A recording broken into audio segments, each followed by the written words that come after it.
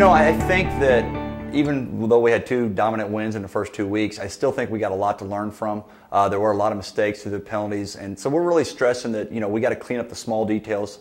We always talk about how the small details lead to big details. So we were very pleased, but we're not quite happy just yet.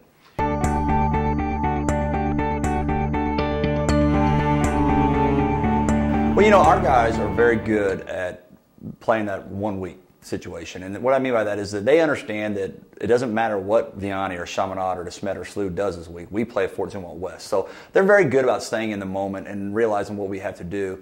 And then when they get on the field, they play with a little bit more aggression, a little bit more passion. Our practices are getting a little bit more intense right now. So I think things are kind of funneling towards the right direction. Once the season begins, I think they were just tired of beating on each other, waiting for the season.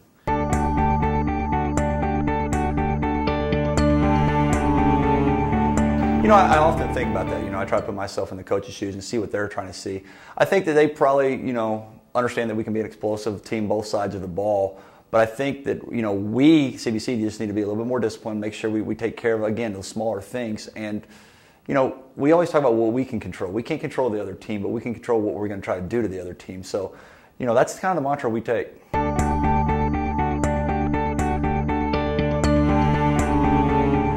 Well, I think it's definitely a good thing as far as development. The hardest part as a coach is to know when to do that, because you're always making sure that safety is in control.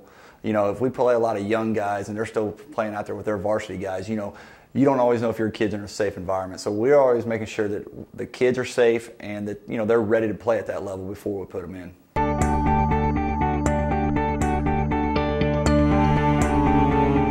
Well, this is our 3rd game that's non-conference, and then after that we have 4 straight conference games. So anytime we play the MCC schools, it kind of changes a little bit for our kids. They get really excited. They know a lot of the kids on the other teams. We start with Vianney, Chaminade, DeSmet, then Slough. So, we got quite a gauntlet. The MCC's up quite a bit this year, and it'll be a fun ride for sure.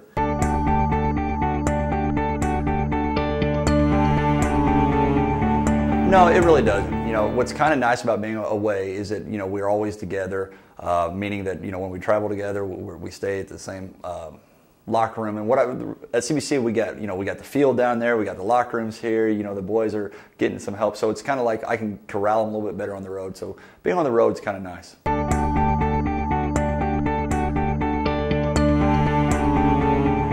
We do get quite a bit of support. I know that they tailgate quite often. I'm not involved in those, but I know that they love getting together pre-game. It's a good social network. I think our parents have a great community. They really have fun with each other. We had an event earlier this year called Casino Night, and it brought a lot of different backgrounds of people together. And it's just, we're all there for one common goal, to support CBC football, and I'm very appreciative of it.